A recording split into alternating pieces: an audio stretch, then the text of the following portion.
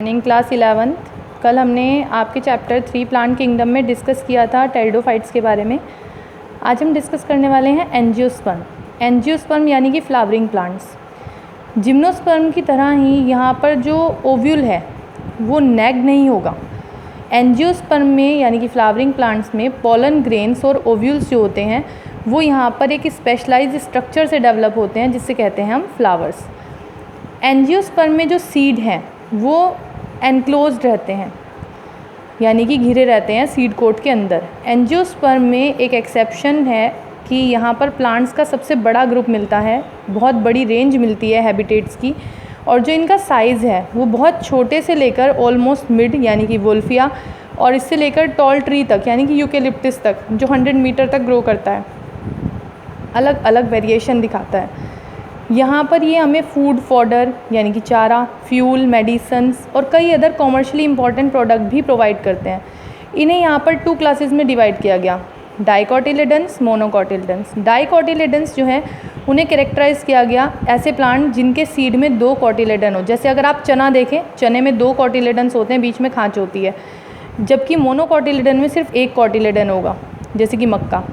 Male sex organs flower में जो present होते हैं उन्हें हम कहते हैं स्टैमन। हर एक स्टैमन के नीचे एक स्लेंडर फिलामेंट होता है जिसकी टिप पर एंथर लगा रहता है। जो एंथर है वो आगे कई पोलन ग्रेन प्रोड्यूस करता है। फीमेल सेक्स ऑर्गन फ्लावर में इसे हम कहते हैं पिस्टिल एंड कार्पल।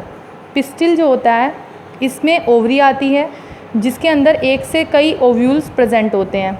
ओव्यूल्स जो हैं वो हाईली रिड्यूस्ड होकर फीमेल गैमेटोफाइट्स बनाते हैं जिसे हम बोलते हैं एम्ब्रियो सैक। जो एम्ब्रियो सैक का फॉर्मेशन है वो मियोसिस के थ्रू ही स्टार्ट होता है। तो जो यहाँ पर सेल्स आएंगी, हर एक सेल जो एम्ब्रियो सैक की होंगी वो हैप्लॉइड बन जाएंगी, क्योंकि सबको पता है कि मियोसिस के बाद क्रोमोसोम का नंबर आधा हो जाता है। हर एक एम्ब्रियो सैक में 3 सेल्ड एपरेटस होगा जिसमें 1 एग सेल होगी, 2 सिनर्जिड्स होंगे, 3 एंटीपोडल सेल होंगी, 2 पोलर न्यूक्लियाई होंगे। जो पोलर न्यूक्लियाई हैं वो इवेंचुअली फ्यूज़ होकर एक सेकेंडरी न्यूक्लियस बना लेते हैं। पोलन ग्रेन एंथर से डिस्पर्जल के बाद या तो हवा से डिस्पर्स होते हैं या कई अदर एजेंसी जो इन्हें स्टिग्मा के पिस्टिल तक ले जाती हैं। इसे कहते हैं हम पॉलिनेशन। जो पोलन ग्रेन्स हैं वो स्टिग्मा पर जर्मिनेट करते हैं जिसका रिजल्ट आता है कि पोलन ट्यूब जो है वो स्टिग्मा के टिश्यू के थ्रू ग्रो करती हुई स्टाइल से पहुंचती है और फाइनली ओव्यूल तक चली जाती है। पोलन ट्यूब जब एम्ब्रियो सैक के अंदर एंटर करती है जहाँ पर 2 मेल गैमेट जो होंगे वो डिस्चार्ज हो जाएंगे। एक मेल गैमेट फ्यूज़ कर जाएगा एग सेल के साथ, बना लेगा जाइगोट जिसे हम कहेंगे सिनगैमी। दूसरा मेल गैमेट फ्यूज़ कर जाता है डिप्लॉइड सेकेंडरी न्यूक्लियस के साथ और बना लेता है triploid primary endosperm nucleus PEN। क्योंकि यहाँ पर 2 फ्यूज़न हो रहे हैं तो हम इसे कहते हैं डबल फर्टिलाइजेशन, एक ऐसा इवेंट जो सिर्फ एंजियोस्पर्म में मिलता है। जाइगोट एम्ब्रियो में डेवलप होगा जब 1 या 2 कोटिलेडन बनेंगे और जो प्राइमरी एंडोस्पर्मिक न्यूक्लियस था वो एंडोस्पर्म बना लेगा जो अब डेवलपिंग एम्ब्रियो को नरिशमेंट प्रोवाइड कराएगा। जो सिनर्जिड्स और एंटीपोडल सेल हैं वो फर्टिलाइजेशन के बाद यहाँ से डीजनरेट हो जाएंगी। इन सभी इवेंट्स के दौरान जो ओव्यूल होता है वो सीड में डेवलप हो जाता है और जो ओवरीज होती हैं वो फ्रूट में डेवलप हो जाती हैं। एंजियोस्पर्म की लाइफ साइकिल जो है वो आप यहाँ समझ सकते हैं। ये एक पूरा फ्लावरिंग प्लांट है, फ्लावर इसकी रिप्रोडक्टिव यूनिट है।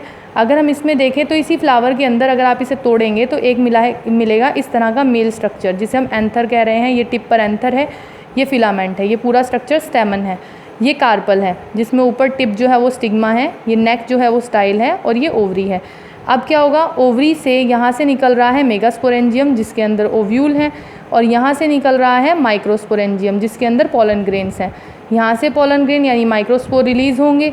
माइक्रोस्पोर जो होगा, पोलन ग्रेन एक माइक्रोस्पोर आएगा। ये गैमेटोफिटिक जनरेशन चल रही है। अब यहाँ आने के बाद इसी माइक्रोस्पोर से जो पोलन ट्यूब होगी बाहर की एग्जाइन को फाड़कर इसके अंदर एंटर हो जाएगी और एग सेल से जाकर फ्यूज़ कर लेगी। एक मेल न्यूक्लियाई इन पोलर में से जाकर वो करेगा फ्यूज़न, क्योंकि यहाँ डबल फर्टिलाइजेशन है।